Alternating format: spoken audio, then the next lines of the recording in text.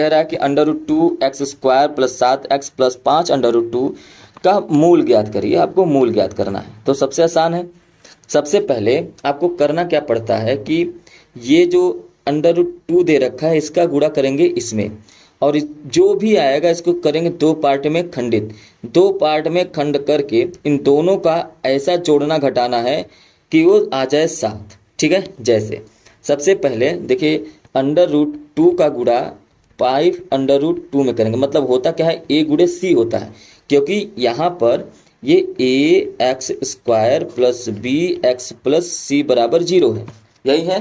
तो a का c में हमने गुणा कर दिया, क्योंकि a का मान √2, c का मान 5 √2, तो पहला काम यही होता है a का √2 में गुणा। जैसे ही आप गुणा करेंगे √2 का गुणा √2 में करेंगे तो 2 हो जाएगा, 5 दूनी 10 आ जाएगा। और इसके बाद काम क्या होता है, c को करेंगे दो पार्ट में डिवाइड, तो 10 को आपको दो पार्ट में डिवाइड करना है।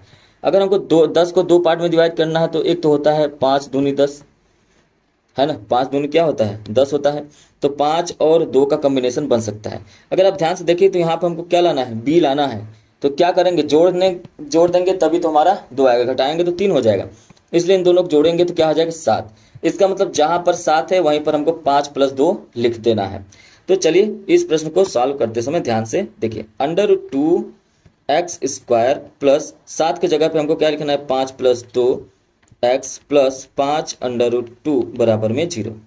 उसके बाद √2x² प्लस x का गुणा पहले 5 में करेंगे तो 5x, फिर 2 का गुणा x में करेंगे 2x प्लस 5 √2 बराबर में 0 हो गया।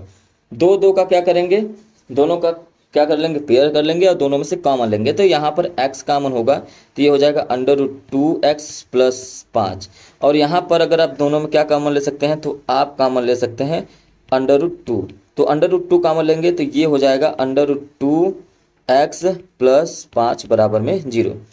तो यहाँ पर देखिए ये और ये दोनों कॉमन है, तो पहला जो कॉमन लेंगे √2 प्लस x प्लस 5 कॉमन ले लेंगे, तो बचेगा क्या, x प्लस √2 बराबर में 0।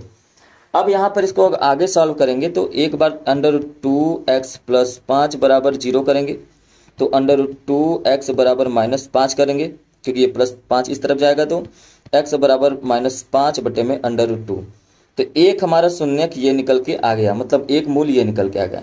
दूसरा क्या आएगा, कहेंगे x प्लस √2 बराबर 0, तो x बराबर माइनस में √2। ठीक है, तो जो दोनों मूल निकल के आए, दोनों मूल निकल के आए, तो एक हो गया 5 बटे √2 माइनस में, और दूसरा हो गया माइनस में √2। ठीक है,